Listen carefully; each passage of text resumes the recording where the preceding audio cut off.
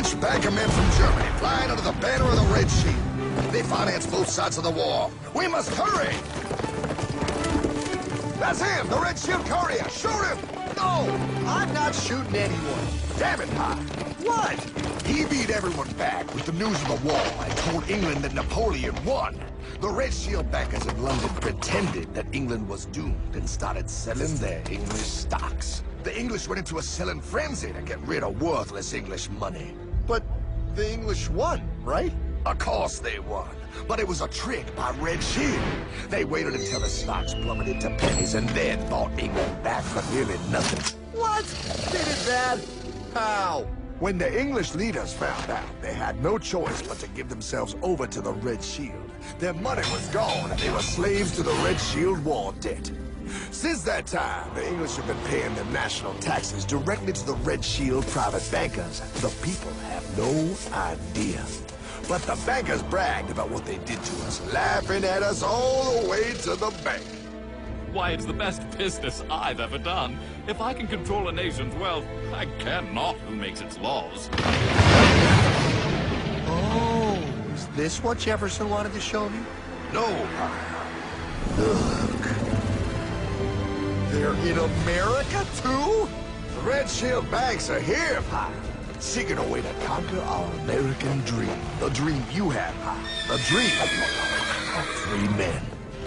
They tried to take over our country many times and failed because Jefferson and the Patriots vowed to stop the evil tyrants at all costs. By authority of eternal God, he would not let the bankers win here. To preserve our independence, we must not let our rulers load us with perpetual debt. We must make our choice between economy and liberty or profusion and servitude. Wow. I place economy among the first and most important of Republican virtues, and public debt is the greatest of the dangers to be feared. It is incumbent on every generation to pay its own debts as it goes. We must have a central bank to secure this country's finances! If the American people ever allow private banks to control the issue of their money, first by inflation and then by deflation, the banks and corporations that will grow up around them will deprive the people of their property until their children will wake up homeless on the very continent their fathers conquered. Jefferson, you're mad! This country will have a central bank! Who's that? America's first Secretary of Treasury. Alexander Hamilton? Not for long. Aaron Burr, Thomas Jefferson's vice president. They didn't take too kindly to our first Sec Treasury. Sweet shot, Burr. The first attempt at a central bank only lasted 20 years and we shut it down. But the bankers tried again against Old Hickory President Andrew Jackson. You are a den of vipers and thieves.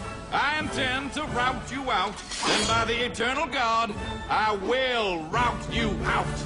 After surviving an assassination attempt, Jackson finally defeated the bank in 1836. When asked what was the greatest accomplishment in his life, Old Hickory replied, I killed the bank. And those were his last words. I killed the bank.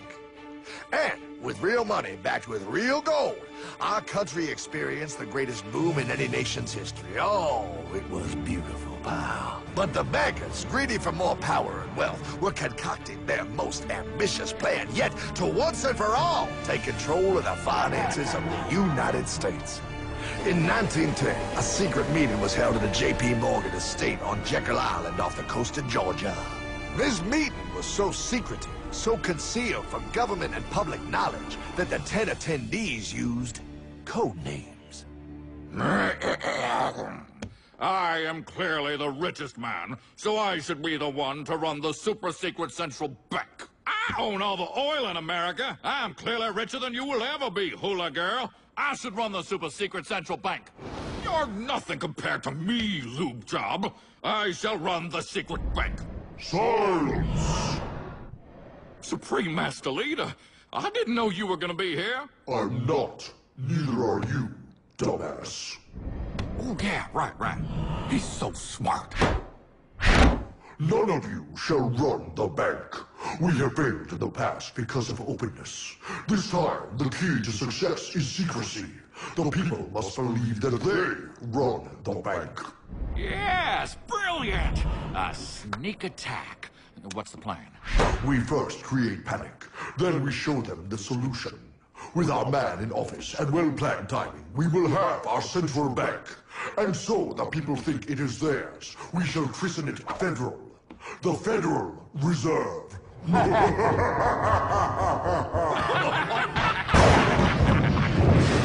They struck on December 23rd, 1913. When most of our Congress were at home eating fruitcake, these bastards, I mean bankers, presented their treasonous act to their newly elected accomplice, Woodrow Wilson, who had fortuitously already agreed to sign it before he was even elected. Wait, the IRS? I thought we always had the IRS. No, pal. They did this to us too. The Fed now has the exclusive power to print America's money.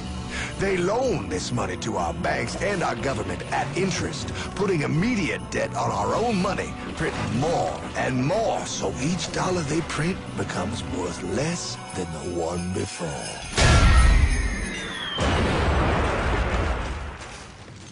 Merry Christmas. What in the hell is that? That, pie, is how our government now must pay back these debts to the Fed. Your taxes do not go to your government. They don't? It's the greatest theft in human history. But, oh, okay, I mean, I sort of get what you're saying, but it's also confusing. And really, Hartman, I don't see how it affects me at all. If I had more money, none of this would have happened. Hartman?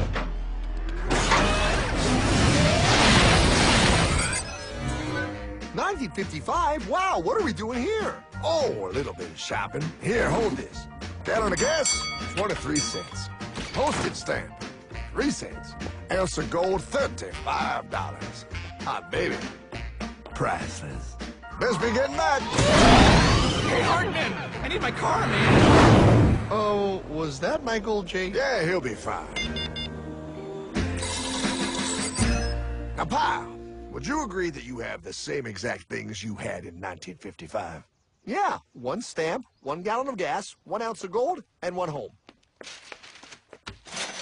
Wow, we just made a lot of money. Hey! Gotta pay your taxes. Bet it's nice to have made all that money. Wait, that isn't fair. Now I actually have less money. I can't even go buy the things I just sold. The IRS and the Fed's inflation work together, pal. They aren't just taxing gain, they are taxing their inflation. You are no richer than you were in 1955. Now, does that sound fair or American to you?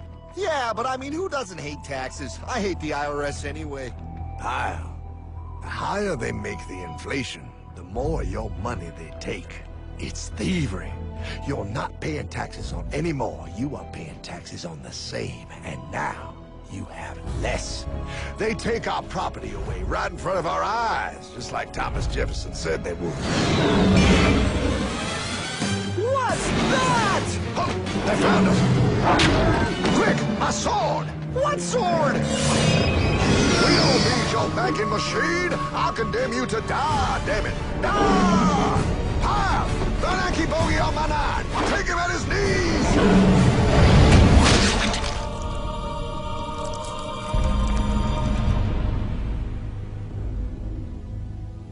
For we are opposed around the world by a monolithic and ruthless conspiracy that relies primarily on covert means for expanding its sphere of influence.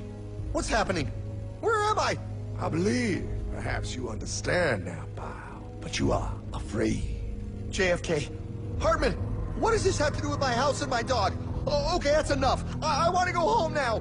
This is the last president to stand up to the Fed. You must see. On June 4, 1963, President Kennedy signed Executive Order 11110. This executive order empowered the U.S. Treasury to issue real money without the Fed. It would have worked. Kennedy's plan to dismantle the Federal Reserve machine had begun. 6 months later, John F. Kennedy went to Dallas and never return. No way. No way they could do that! The new president, Lyndon Johnson, threw out Kennedy's order. And since JFK, no president has dared confront the secret powers behind the Federal Reserve. They consolidate bigger and bigger banks, print more and more money, accountable to no one, decimating our nation's wealth for the benefit of a few. Why? Why do this? If they hurt us, it hurts the global bankers too. No, Pyle. They are protected. They are too big to fail. But I'm not. Those sons of bitches! Sons of bitches all.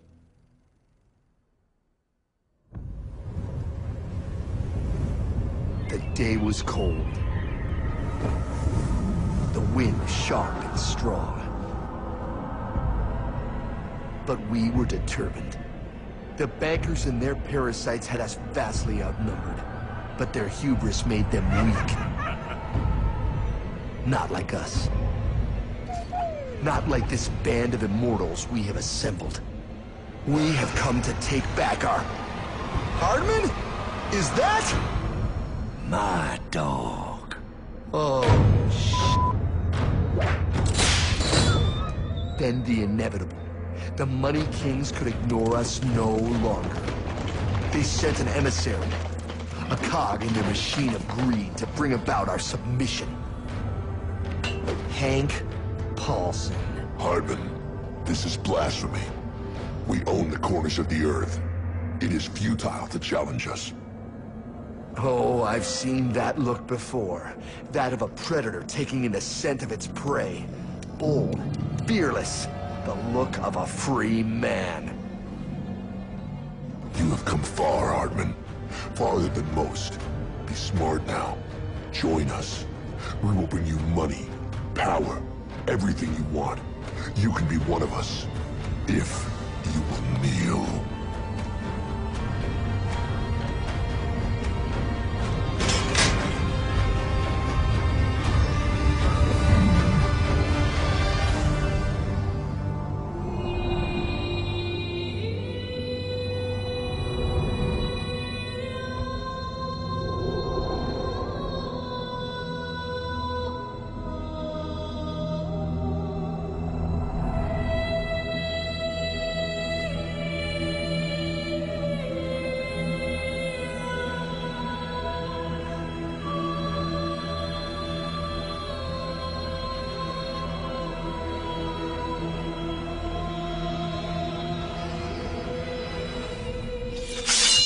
Madman. You're a madman. We're offering you everything.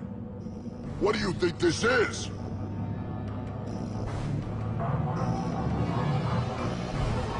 This is America!